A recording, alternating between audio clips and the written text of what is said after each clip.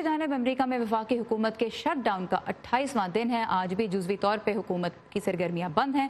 صدر ٹرمپ اور democratic party کے رہنما کے درمیان تلخی بڑھ رہی ہے، جس سے اس تنازع کے فوری حل کے آثار بھی دکھائی نہیں دے رہے۔ اس وقت ہم چلیں گے کیپٹل ہل، جہاں ہمارے نمائندہ ندیم یعقوب موجود ہیں۔ ندیم، یہ بتائیے، بہت کھل کے اختلافات سامنے آ رہے ہیں، کیا تفصیلات ہیں اب تک کی؟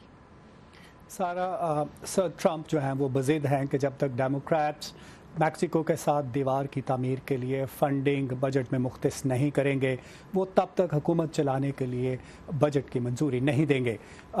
جیسا کہ آپ نے کہا، دونوں کے درمیان، دونوں پارٹیز کے رہنماؤں کے درمیان اس حوالے سے ایک سے زیادہ ملاقاتیں بھی ہو چکی ہیں، لیکن کوئی معاہدہ طے نہیں پا سکا۔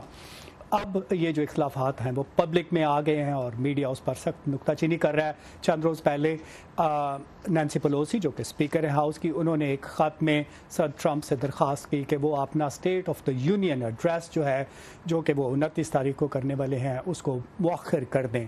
جواب میں صدر ٹرمپ نے نینسی پیلوسی کا ایک سرکاری غیر ملکی دورہ جو ہے اس کو عین اس وقت منسوخ کر دیا جب وہ ایک فوجی طیارے کے ذریعے مصر اور افغانستان کا دورہ کرنے والی تھیں۔ اس حوالے سے جو کانگریس میں جو دونوں پارٹی کے اراکین ہیں وہ کیا کہتے ہیں، آئیے دیکھتے ہیں۔ ایوان نمائندگان کا اسپیکر ہونے کی حیثیت سے شٹ ڈاؤن کے دوران ملک سے باہر جانا کچھ مناسب نہیں۔ میرا خیال ہے کہ صدر کی جانب سے اسپیکر کے ایک جنگ زدہ ملک کے دورے کا انکشاف کرنے کا فیصلہ بالکل غیر ذمہ دارانہ رویہ ہے۔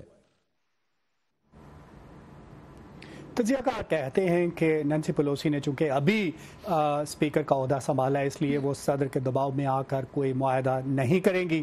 یہاں پر ہم اپنے ناظرین کو یہ بھی بتاتے جائیں کہ امریکہ وہ واحد ملک ہے جہاں پر فنڈنگ کی کمی کی وجہ سے گورنمنٹ شٹ ڈاؤن ہوتا ہے، اور اس طرح کسی اور ملک میں نہیں ہوتا۔ جی رائٹ، جس طرح کارلا بیب نے ہمیں بتایا کہ جنرلز جو ہیں وہ تو قانون کے تحت صدر پہ تنقید نہیں کر سکتے، لیکن ہم دیکھ رہے ہیں کہ سیاسی جماعتیں بہت کھل کے ایک دوسرے پہ اور صدر پہ تنقید کر رہی ہیں۔ ندیم یعقوب ہمارے ساتھ ہے کیپٹل ہل سے۔ Thank you Nadeem.